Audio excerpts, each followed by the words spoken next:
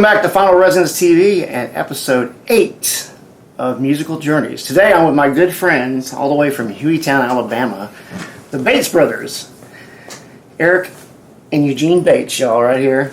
Some of my oldest friends in the music business. We started recording together in 1985. That is correct. Back when I came here with a Christian project that I did. Yep. Long time ago. And we've been doing it ever since. So anyway, these guys have recorded everybody from Trace Adkins, Yes. Sarah Evans, Train. Jeff Goebel. Yeah, that's it. Ruben Studdard, Yes. American Idol. And one of my favorite local guys, Eric Essex. Many times. Right. And Meatloaf. Yeah. That's a good story. We're going to talk about that a little bit later. So what I want to know, though, from you guys is, I know you guys are both musicians, and you just mentioned to Michelle that you were in the band and stuff. So how'd you guys get started in the music business as far as playing goes? Both of you guys. Well, for me, he's 4.5 years older than me, so he was a musician long before I was. Right. How old? When did it start, and what started it for you guys? What was there an inspiration or family or what? Our dad, I would have to say. What do you say? Yeah, Dad played country music, played the guitar, and sang in a couple of different bands.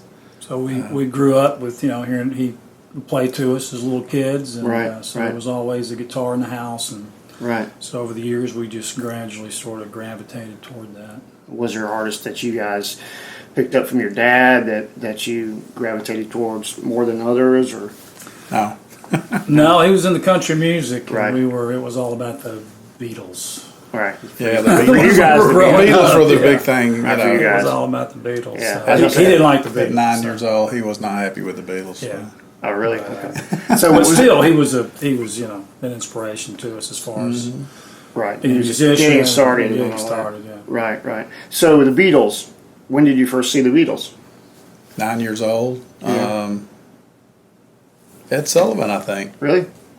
Yeah. A lot of people talk about that as their Yeah. point of inspiration from the Beatles. Anyway, when it's Yeah, and I think not too long after that, if I've got it in the right order, Shea Stadium, they had the televised concert from there. right. So that was the Beatles. That's cool. And all of our, all my friends we're going to put a band together. I was going to say that was a thing too. When Yeah. that was the back ripple then. that happened with that. A lot of our mutual friends, I think, are in the same boat. C.J. Chandra and Mike Weber. And all Get your those- friends together and play Beatles Right. songs. Well, and it wasn't as busy as it is today. Now we all Right. do so many other things, but back then a band was a cool thing to do on the side and have Yeah, fun. we were going to be the Tornadoes. The Tornadoes. Tornadoes. That's cool.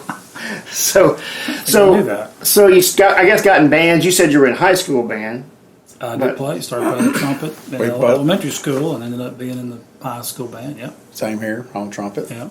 Okay, and you had rock bands in between, or Oh yeah. so you were Well, doing. I did. I started playing the guitar at 12, and couldn't get in a band on guitar. Everybody needed a bass player, so I swapped over to bass. I've heard that And, story. I think most guys that play bass, that's what happened. But Right. so as a kid, 14, 15, 16 years old, I was playing bass in the local rock band that can't get a gig anywhere. Right, you just right. practice and Right here in Hueytown. it's in this area. Okay. Yeah, Fairfield, Midfield. Okay, where did you guys grow up? What? We grew up in the Fairfield area, in Okay. the Glen Oak section of So not Fairfield. far. Yep. Not far from here, as Right. a matter of fact. Right, and you said you were not in rock bands, or? I was never in a rock band. Now, when I in high school, he was at Stanford University. Okay. My freshman in high school was his freshman year in college, and he started a band, and I ended up getting in and singing and playing the trumpet in. Okay. But then once I graduated high school, that band had fizzled out, and some friends of mine started another band, and then he ended up being in my band. Okay. So how does the recording thing start for you guys from By this? the way, the same thing happened to him. Yeah. They couldn't find a bass player. And Right. so So you got Yeah, our So favorite. he came over and got my bass and my amp, and he went and learned how to play bass. Okay. and then from he's then an on, I was incredible stuck on bass bass player. in every band I was in. So you're both bass players. is we had a horn section. Our favorite, we grew up on Chicago and Earth, Wind and Fire and Tower of Power. Right. So our favorite bands had horn sections, so we had to have a horn section, you know. And not thinking that makes a band with about 15 people in it, so you're not going to make any money if you go play somewhere. Right, but anyway, right. we just did it for the love of it. But yeah, we couldn't find a bass player, like Gene said, so I ended up. Well, those were contemporary Christian bands. Right. Played at churches and different places like that. Right. And that was back when that was a pretty new thing. Church camps. And you would be, if you started back in the 80s, if you going to church with a set of drums and electric guitars. That was not, traditional. People were looking at you like you lost your mind. Now of, it's just the, it's in almost every place, every church. That's cool. So you guys are in high school. What happens that you want to do recording? When did you? Well, in my first band, we went to a local studio. Okay. Solid Rock Sound, or is that what it's called?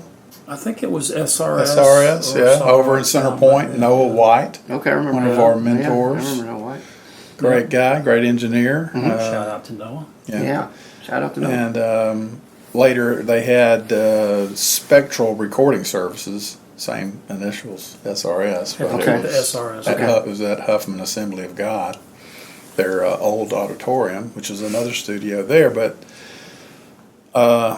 I had already been in the studio recording there, and also at Prestige Productions in Homewood. Yeah, I think I heard of Kenny Wallace was Kenny an engineer there. And so we had done some recording, and of course, being musicians, we loved playing and we loved recording our music. Loved being in the studio. It was just the first time I walked into one, I was like, I could just stay here every day. Right. So you were just hooked on it. Yeah, just really got the bug. So what was the first recorder you had? Well, because we had a band, and let me go back one. Let me go back before you. Okay. Of course, I worked at a local music store called Music Alley. And shout out Steve Garrett, owner, and I worked there. And somebody traded in a 4-track reel-to-reel tape recorder. It was a dough quarter. The name of it, dough quarter. Okay, I never that. And so I immediately said, "Hey, I need to take this home and check it out. Make sure it's all working correctly." That's what I used to do. I used to work at Music Alley too, so I used to take home stuff all the time. So I take it home and I just to check it out, but to also do some recording of my original material. Right. And I found it difficult by the time I got everything, the PA board and the headphones and the recorder. It was hard to reach all that and be in front of the mic. And I called Eric and said, "Hey, can you come over and push the buttons?" Right. And I was probably 15, 16 years old at that point. Yeah. So that's kind of where we first started doing that, just in one of my spare bedrooms at my house. So you were just with a borrowed 4-track. That's cool. Yeah. So from there, what happens? Well, from there, I'm not sure. That was when you had your band at Sanford. We were doing those songs, I think. Probably, yeah. But then through that period of doing stuff at Eugene's house, I graduated high school. We formed our band, and we could not really find a place to practice per se. Okay. So I actually purchased like a Butler type building and had it set up in the backyard of my parents' house. Okay. Storage building. They were crazy enough to let us do that, it gave us a place to rehearse. And because all of the PA gear stayed set up in there, and we had the 4-track at Eugene's house, and we wanted to start doing some of our own recording. I went out and bought a 4-track, a Tascam 4-track reel-to-reel. So the studio really was our PA gear, just with a 4-track at it. That's where it all started. Which was really a crazy thing to do, a 4-track. Let's see, what was it? TAC. Yeah, TAC, and then Tascam was the more professional version. So this was the cheaper version, $4,000. Right. In 1978. Yeah. I don't remember. You could buy a brand new car for that. Right. I mean, this is a brand new car or a tape deck. That's amazing. I remember how expensive all this stuff was. I mean, the recording gear was incredible, especially the reel-to-reels and all that. So then we had sort of a little studio in the building. We actually built a little drum room. And really? We built a small little control room so we could isolate. Just the control was big enough for two people to get in. Your back was against the wall. The console was here, the little window. But that was really the beginnings of us starting to record stuff. I was not in the band to begin with. I was working a job where I couldn't do that kind of thing. I worked at night and on the weekend. Right. So that's when Eric had to take up bass because he was going to play trumpet in the band they put together called Cornerstone Band. Okay. And so he came over, got my bass and my amp, and turned into a bass player. And I don't know, I was over there trying to help them record. And that's, roles reversed. That's kind of how. Jim, can you run the equipment because I'm playing? Because he's playing. Wait a minute, it's supposed to be the other way around. And sitting in the same room with a loud band with live drums and everything, just with a set of headphones on, I couldn't hear anything in the headphones. Which is why then we built actual control room. Let's build a wall here with a window, a little and a door, and so it just started growing like that. From there. Yeah. And then the guitar player quit in their band, so here I am back on guitar. Oh, okay. After all these years of playing bass, I'm playing guitar in that band. And then we started recording so much in there. The little booth that we had, we actually took that back wall off the building and built another like a 16x8 room onto that to have a nice big control room. So it really turned into a pretty decent, comfortable place. And cool. And then that band, we released an album in '82. Got a lot of airplay on the local Christian station here in town, WDJC. They just really wore out probably 5 or 6 songs off that record. So because of that, so many local Christian artists and bands were hearing our stuff play. And back then, if you're on the radio, it just totally changed how you thought of somebody. Right. I was like, oh man, you guys have made it. It's like MTV later, right? Yeah, but we're on one radio station. Yeah, right. So we started having people, hey, can we come over and record? And we were like, well, this was really just a place to do our own projects. We never intended to open to the public. Really? Okay. But, wow. But we thought, well, maybe we could record other people. Maybe charge a little money or something, make a little money on the side with it. So that started in 1980. Okay. With the backyard studio, then probably by 1982, we started recording other people there, and then did that. For the next 3 years, the recording just took over. Right. And the band thing started to kind of diminish, and we were just doing so much business. By '85, we thought, well, maybe we should just try the studio thing full time. Yeah. See what happens. Yeah. We still had another band then, though. So we were like in our 4th band at that point. Right. From when we started. Right. It was called Contender. Yeah. Another contemporary Christian. With several bands in between. Yeah. 4-piece band. Yeah, we were shrinking. Yeah. Right. So you got busier and busier and busier. Yeah. And so, what was the next step in gear? Did you do any steps in gear at that studio before you moved? Or? And when we moved in here with all the home gear. Our little 12-channel Yamaha PM700 console was sitting right here. Right. Our little 4-track was over here. That was it. That's what we moved in. That was it when you moved in here there with. Mistakenly thinking that we're going to somehow make a living, with that. Right.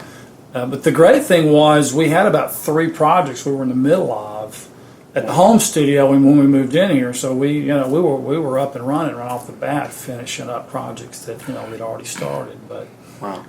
Yeah, they were waiting. We had to put them on pause. Because we told them, look, we're moving, so you've got give us a couple of months. This is 80. What? This was 1985. That you were here.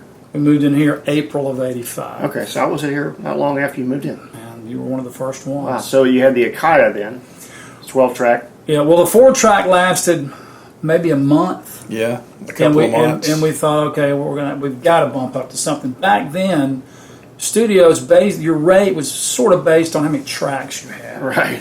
Somebody wasn't going to pay the same rate at a 4-track studio that they could get a 24-track studio for. So we realized real quick we've got to have more tracks, and there was a system that had just come out at the time made by Kai that was a 12-track recorder, and it was affordable. And we saw that as a way to sort of break away from the 4-track thing and maybe at least have a chance of raising our rates a little bit, right, and surviving. Yeah. Because, let me just say this, at the home studio, we never had to make money necessarily to have it. Right, right. Because it was kind of all tied into the house. So Right. for the Paid first, for, no overhead. yeah, really no overhead. So for the first time, suddenly we had to make money just to have a studio. Right, right. You know, Right. much less get a paycheck. Right, So right. So that the Kaya was on beta? it ran on a beta type tape. It was a Kai's own, but to look at it, it was Yeah, smaller than beta. VHS. Yeah, It I looked remember like that a beta being tape. unique. It wasn't a beta, but it looked like It one. sounded great. It was analog tape. That was analog. Okay. And it had DBX noise reduction. Built-in noise reduction. So there was no tape hiss. So it sounded like digital, I mean, in that regard. Right, right. Yeah, great sound. And Akai ended up coming out with a digital version of it later. And Okay. some people actually thought that's what we had here, but we didn't. We had their original. And from there, you went to your tape, and That was the first 5 years right, on the Akai. That saw us through to the end of 1989. Then we bought the new board, the TAC Scorpion. Right? Scorpion 2 console and the MCI 24 track. Now, like the Scorpion console, what's the lineage of that? I'm not real clear on that. Well, it's made by a company called AMEC. Right. And it was, the EQs and the circuitry was based on some of their bigger consoles. But once again, it was something affordable that we could, over the Working years, ways. we're just trying to move up and get better and have better gear. So it was, Right, the next step for you. it was, they made a lot of different consoles, but that particular one fit our budget and was once again letting us break away from the 12-track. Right, right, Have more of a legitimate recording console, right. more respectable. Well, even when we had the 12 track, we ran a MIDI sequencer synced to tape to the 12 track, so that anything that was being played on a keyboard, on a MIDI keyboard or a MIDI drum machine, was not ever on tape. Right. It was in the sequencer, Right.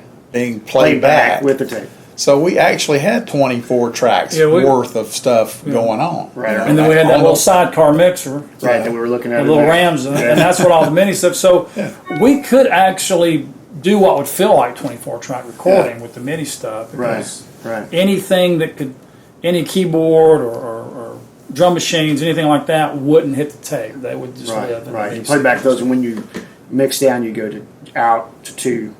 Right. Is that? Yeah, it was all summed down And to just summed down to 2, and to then 2 tape. channels. And Sure. tape from Yeah, there. to tape. But we still had people that would come out to see the studio because they'd heard albums that we'd done and thinking that they wanted to record here. But when they found out that we had a 12-track and a MIDI sequencer type situation, they were so used to recording on 24-track tape, Right. they just didn't like that. Right. They just didn't understand They how didn't it worked. understand how it worked, yeah. They didn't want to do it. So that's still, to us, we were losing business because we didn't have that 24-track machine. So you went to tape, and you got the TAC, and then that went for how long? Well, years. in 1989 we bought the 24-track 2-inch analog machine in the console, the Yeah. TAC console, Yeah. and that ran us pretty much through the 90s. Right. In addition to, I think, 91, the ADATs, the Elvis Yeah, ADATs hit the ADAT. market. And we ended up with 12 of those machines. Wow. And I had 4 of them in here. We had a little B room up front with 4 more. And then I remember you guys had 8 Fs. spares, and it was a miracle if they all worked at the same time. But so then we actually could offer digital recording in addition to the 24-track analog, and in addition to that, the ADATs with SMPTE timecode through the remote control would lock to the 24-track. So we could even do more tracks. It was kind of the synchronization wasn't the best, but there was times where we actually did more than 24. You did a Did hybrid. more than 32 Digital between and tape. analog and digital at the same time. That's cool. But that got us through till 1999.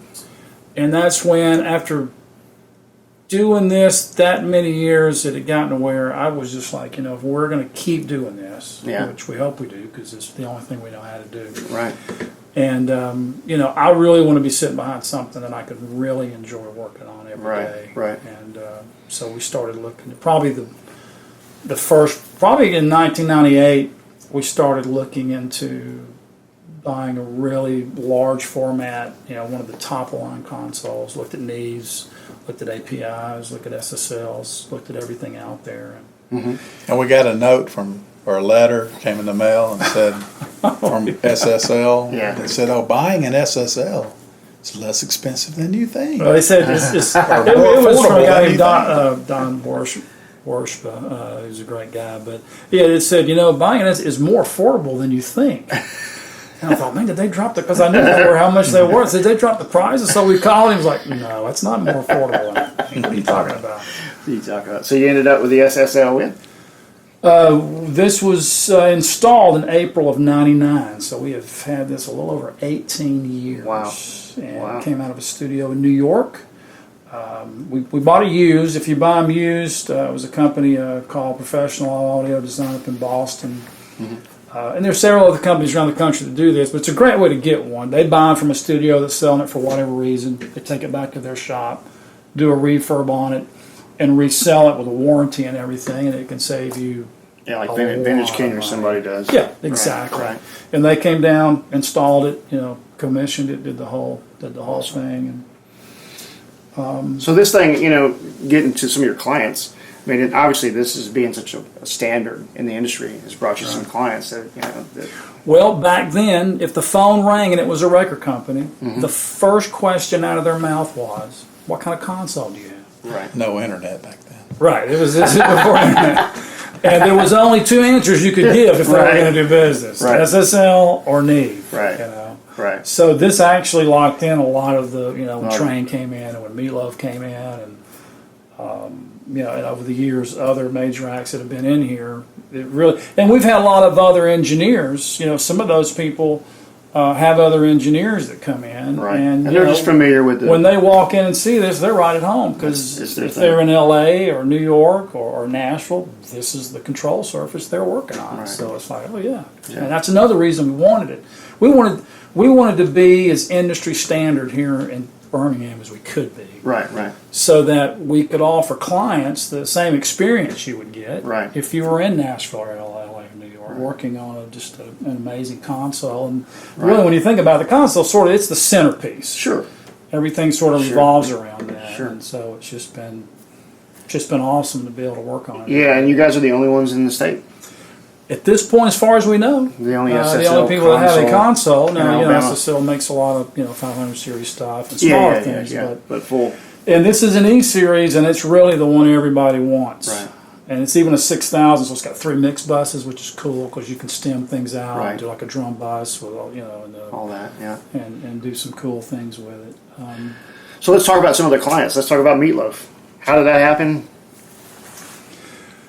He's in town starring in a movie. They're shooting a movie in Birmingham. He's in the, what was it called? I don't even remember. I can't think of the name of it. Honestly, But don't remember. it had something to do with football, because I remember he was a kind of a mean football coach in the movie. I don't even remember. He's always the mean guy.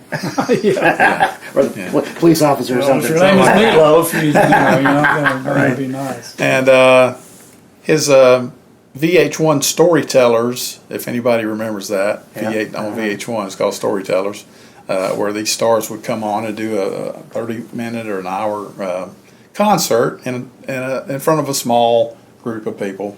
And in between the songs, you could ask questions, or I'm sure they had it set up with questions or whatever, Sure. about who wrote the songs or whatever. And somebody decided to put that out as a CD, the audio version of it. Right.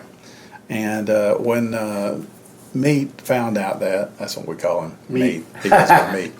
That they were going to put the audio version out. He was not happy with a couple of the songs. Two of them. It was 3 songs. 3 songs. He didn't like his vocals on. Yeah, wasn't happy with his vocals. So since the video wasn't going to be accompanying the audio, Right. Yeah. nobody was going to be able to see his mouth moving. that he wanted to redo those songs. He saw that do as an better. opportunity to redo the vocals. Right, So right. at least there would be a version of But it. he's stuck here in Birmingham. He can't leave and go anywhere. Right. So his producer, comes down with the backing track, and they are a rough mix, of the track. Right. And they recut his vocal here. Right. So let's talk about the story about the microphone with Meatloaf. Oh, well, Meatloaf is coming in, and they tell me we're sending Meats. Meat's special microphone down to I don't know why they said that, but they said, his special microphone is coming. And we started thinking, wow, it's got to be a really cool. We were expecting some real microphone. exotic, tube, large diaphragm. Yeah, like a $20 Telefunken condenser mic, or something, something that he uses in the studio.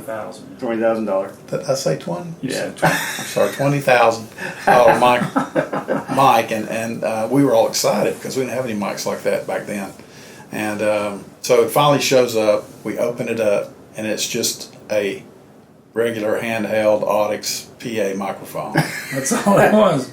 And the reason is because that's the mic he used at the concert, the Right. Vh1 Storytellers. Storytellers thing. And, it was still going to be on the CD with all those other songs, so it needed to match. It didn't suddenly need to have a different sound. Right, so. right. And you were going to tell another story about that? Well, when the record company also sent all the tapes they had ahead of time as well, and well, no, they didn't. The producer brought the tapes with him. Sorry, and so I'm sitting here back then. Well, I still do it. I put a lot in the SSL computer. I was just entering all the information, which you see it up there on that screen.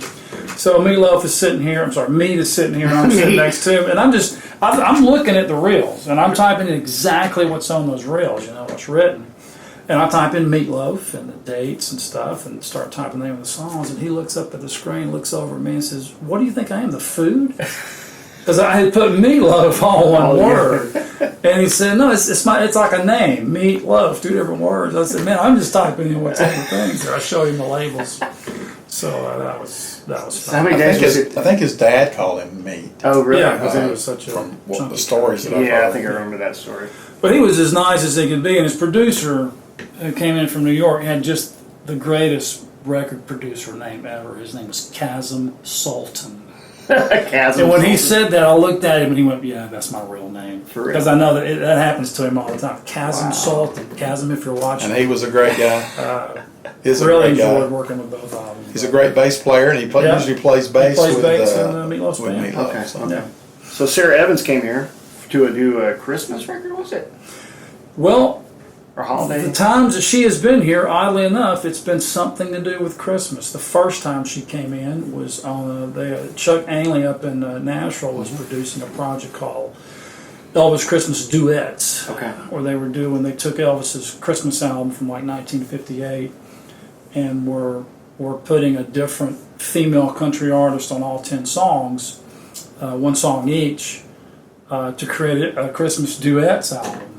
We'll go into all the details of how they went about doing that. But, Right. she came here to do the song that she was doing, which was But she lives in town. Silent Night. She does live in town. Yeah, yeah. And it was just like, if I'm just cutting vocals, Just come. I'll just do some You little got the equipment you need.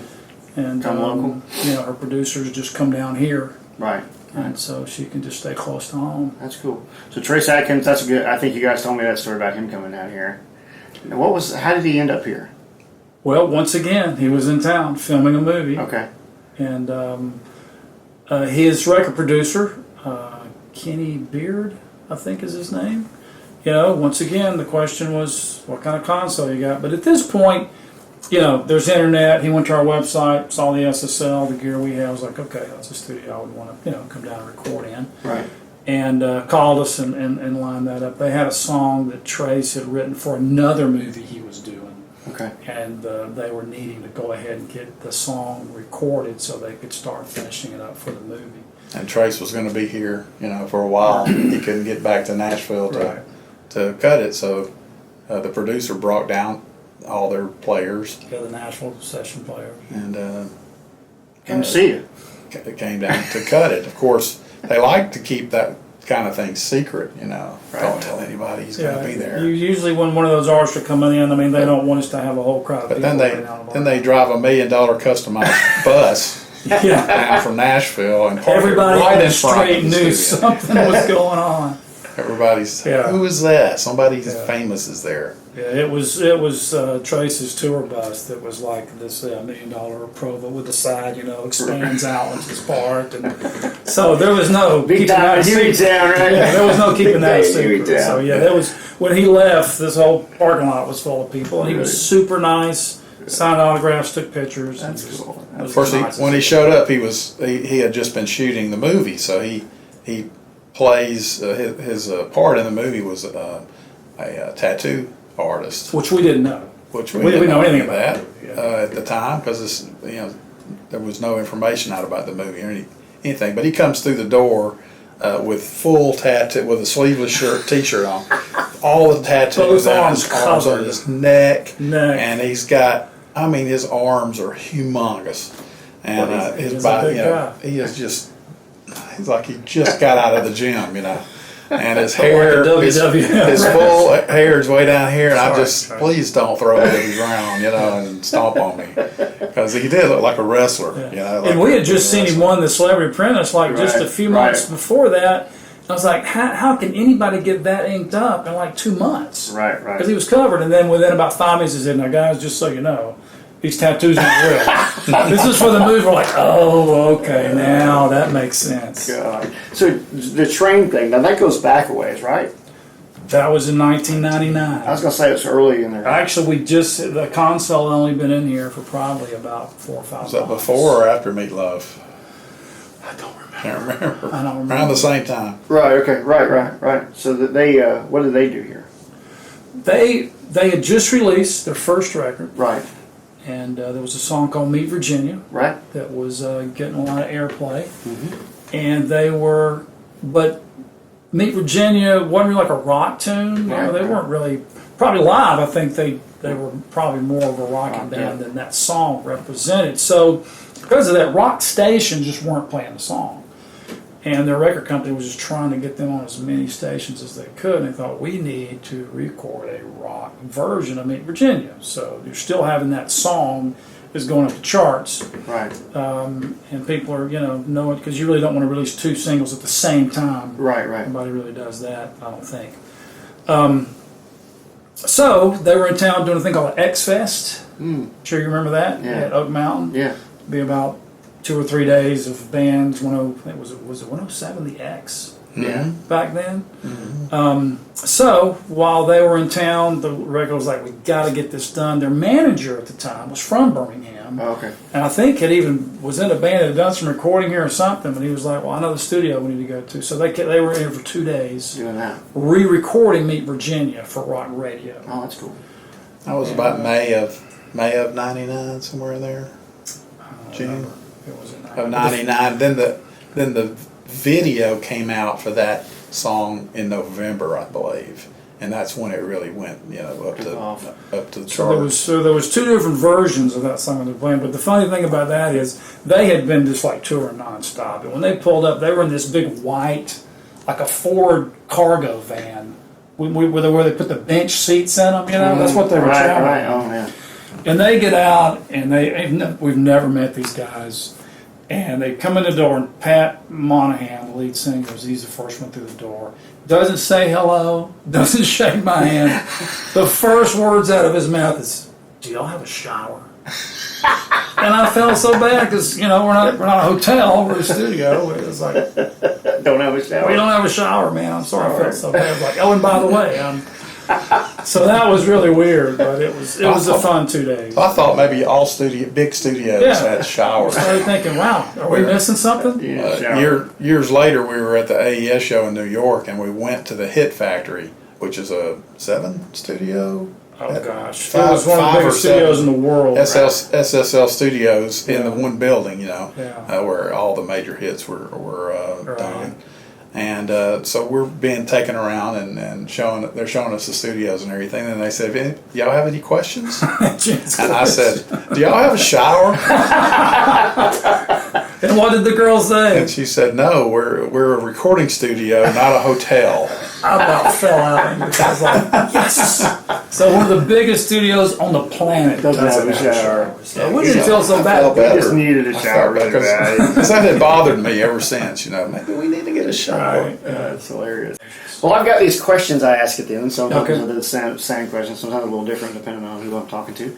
So the first question is, I want you both to describe in one word Oh, man. your feeling about music.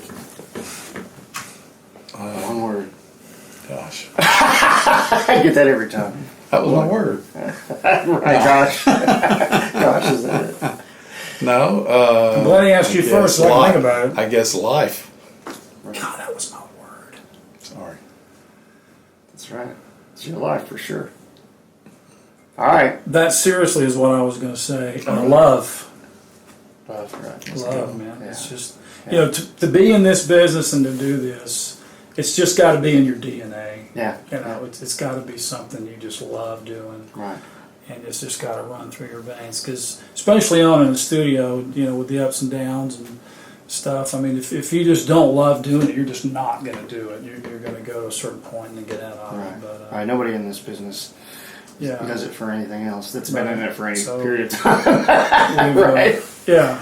All of us really have to love it to be here for 30 years. Yeah, you gotta You love guys it. have been doing this for almost 40 years, though. Right. If we've been here for over 32 years, Right. But then if you add The home all the studio. years from the home studio that we were really doing a lot of recording, it's almost pushing 40 years. 40 years. Yeah. Yeah, I was trying to figure that out. We're about ready to retire, aren't we? Yeah, you ain't never going to What's up retire. with that? You guys. I don't No, think you that- don't retire. You don't You retire. don't retire. You never retire from something you love to do. No way. So the state of the music business, all this different change. I mean, not partly from you guys' standpoint, all the gear that's changed and the computer and the Pro Tools, but also the business side of it. How do you guys feel about it? Right now. Well, we can't say anything bad about having a home studio. That's how we started out. Right. And now with digital audio workstations, people can have everything that we wish we could have had, when we Oh, yeah. started off. Yeah. But you still have to know what you're doing with it. As we've talked about many times, engineering is an art. It's an instrument that you have to play. In other words, you can't buy a piano and just sit down at it and be a concert pianist. Right. There's between buying the instrument and being that great pianist is years and years and years of practice and playing and experience being learned. And same thing goes with recording. Mm-hmm. You can go buy Pro Tools and a bunch of equipment and everything. Mm-hmm. Now begins the many years of practice and learning Right. before you will really know what you're doing and be a virtuoso, with That that instrument, equipment. if you want to call it an instrument, and then I agree with you totally. It's all the accumulated experience that you have that goes all those years from. Like you'd say, that piano would be the SSL. You can buy this, but if you don't know how to use it, you don't have the Yeah. experience to use it, and Yeah. you don't know what you're doing with it. It's not going to do you any good. It's not going to do you any Matter good. of fact, you if have- you bought one of these and didn't know what you were doing, you really would be better off. You'd probably be worse off not buying it. You'd be like, you'd be I can't even get it on. Where's Right, the on yeah. button, please? Yeah. Business wise, it has cut into our business. People are at least trying to record something at home, before they come here. Some people are going to have a knack for it. They're going to be good. They're going to have a natural talent, Yeah, right. for it, and they're going to do some good recordings with what they have. Right. And others are just not going to be able to do anything because it's just like being able to play the guitar. You either have a natural ability for it or not. But you guys, I think too, there's that market of people who just don't want to go. They want to play their instrument. They don't want to. Yeah, we have a lot of clients They wanna that be- don't want to get into any type of recording Technical. or doing it themselves. They just want to play the music. And Right. focus There's a on whole that. group, and that's a whole another. I think that the home recorders, a lot of people do it, but there's still that whole other side that don't want to mess with it. And we're here to help those people. That's right. That's But right. what we try to, and like what James just sort of touching again on what Eugene was saying was, it's really what people have. Most people now, especially this generation, they've grown up in the computer age. Sure. I mean, the computer is just Right. a second thought. Whereas, like I have to sit there and try to figure things out sometimes because I'm this old guy. But because they grew up in the computer age and they're so familiar with the computer, so many times people it's all about the software and everything in the computer. But what we do some classes here, and we have some of the UAB music technology classes. They'll come in here and we'll get a chance to talk to them. What I try to impress on the younger generation is not so much what's going on in the computer, but the whole chain of events that take place before it even gets in the computer. To me, that's the art. Right. That's where the magic is going to happen. And setting up the mics, the freeze. Yeah, all that whole chain of events, and that's what can take really a lot more time to learn than just running the software. Sure.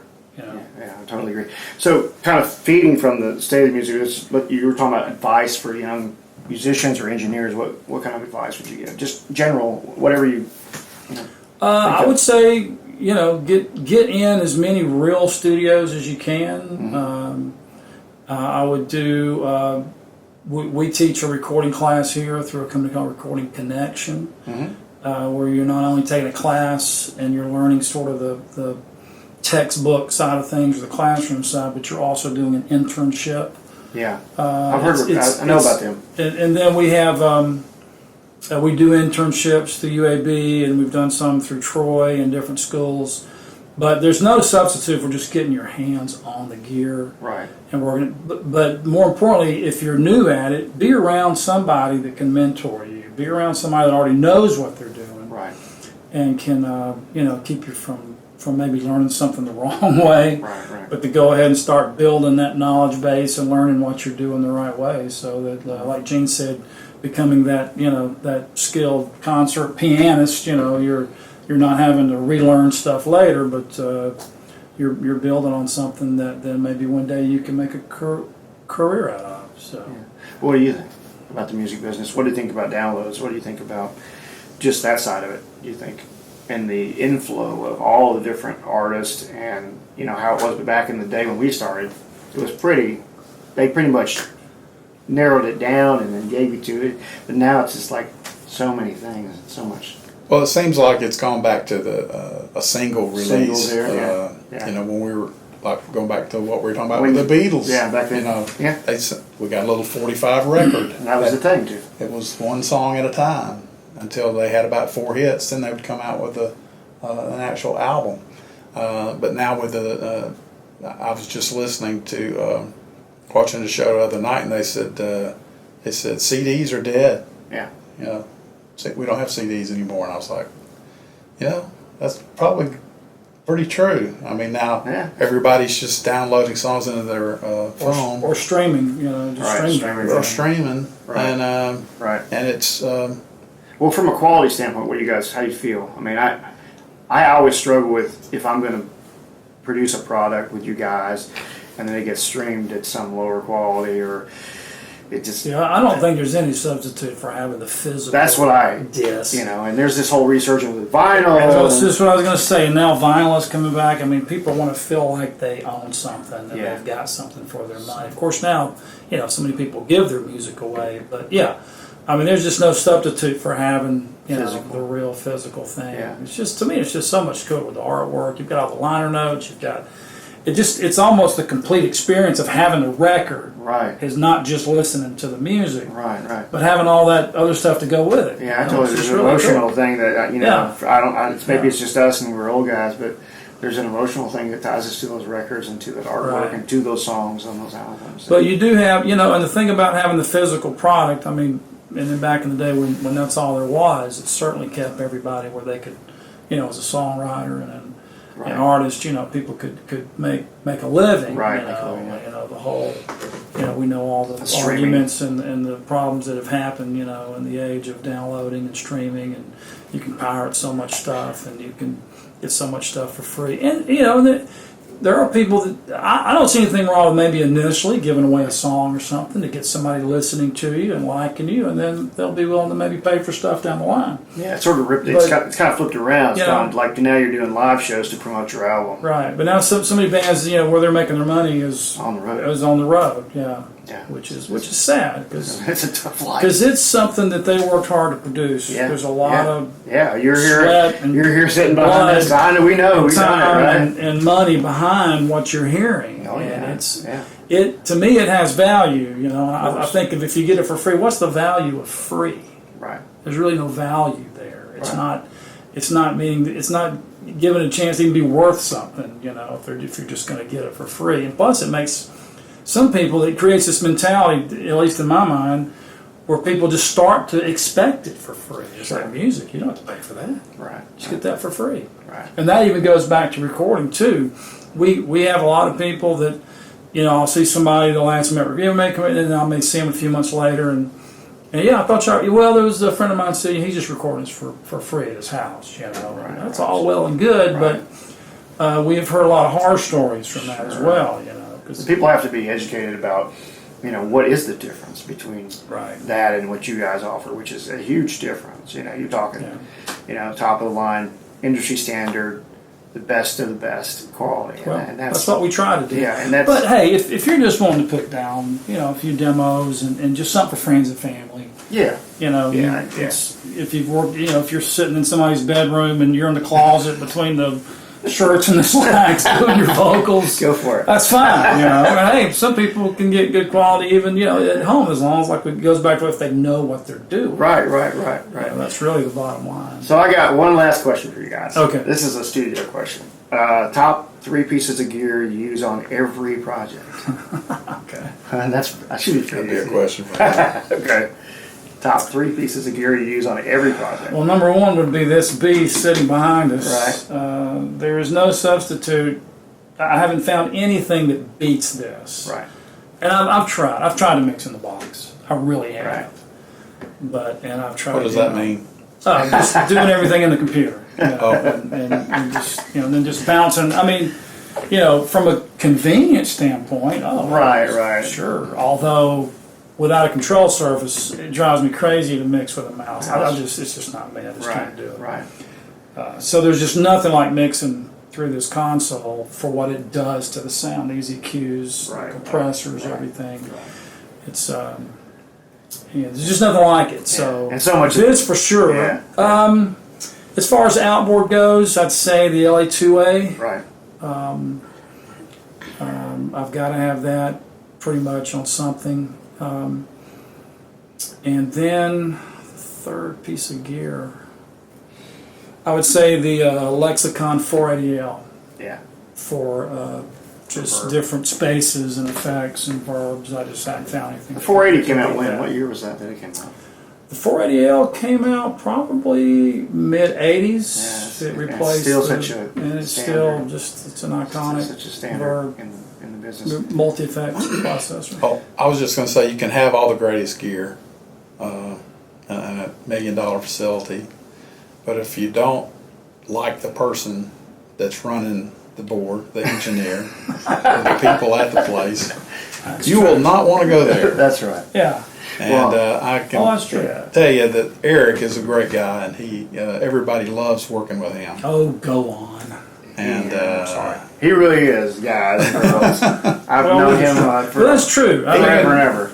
it's a complete experience. You've got to have good gear. Somebody knows what you're doing. It's got to be Right. an enjoyable experience. Sure, and I always I found you feel like guys. people are treating you right. And I found, you know, I said this in my post on So Facebook, but I found that you guys were always like teammates to us when we came to work with you.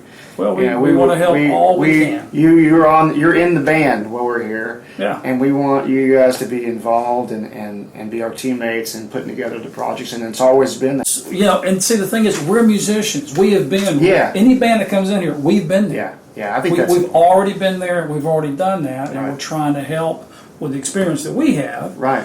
All that we can, and we never try to take over a session Right. unless somebody wants us to. Right. But yeah, we just try to be that third ear, you know, another perspective, Right. somebody that can bounce, you know, maybe a few ideas off of, but at the same time, guiding them through the process Right, so to get that it done we and end get up things with a done. really good product. Yeah, you always did that with you. I've been, you know, with you guys for over 30 years, and every time I've come, I've been. So you're very It's nice. always a memorable experience that stays with me forever. So I really We just try our best. I appreciate you guys' time today and being on the show. You guys look up Bass Brothers Recording online, and come see these guys, book some time with them. BatesBrothersRecording.com. Okay. Very easy. Come Very easy. book some time with these guys, and you'll find out why I love them so much. And I appreciate y'all's time today. Thanks, Thank you Joe. guys, man. Thank you, Joe. Really, thank y'all very much. Thank you. Thank you. See y'all later.